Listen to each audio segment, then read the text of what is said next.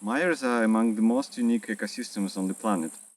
They store huge amounts of carbon and water and play a major role in conservation of biological diversity. Well-being of humans depend on it much more than we can appreciate. In the framework of the project Polisia Wilderness Without Borders, which is funded by Endangered Landscape Program, we aim to restore over 6,000 hectares of mires in the cross-border region of Polisia in Ukraine and Belarus.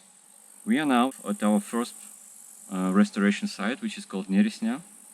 From the air, this site looks very nice and green, but on the ground, the problems become apparent.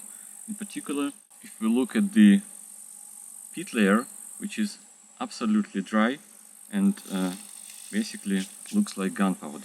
Neresnya is a site which covers an area over 2,000 hectares and is a combination of heavily drained transitional mire, which was used in agriculture and then abandoned, and moderately drained natural bog.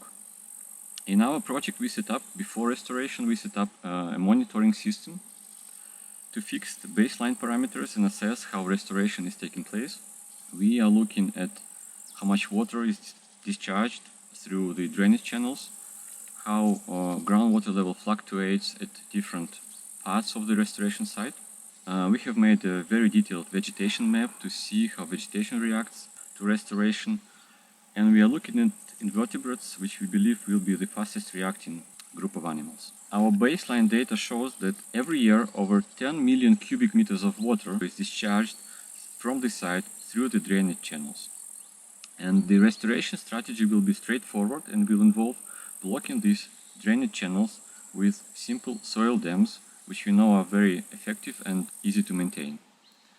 These restoration activities will start already next year.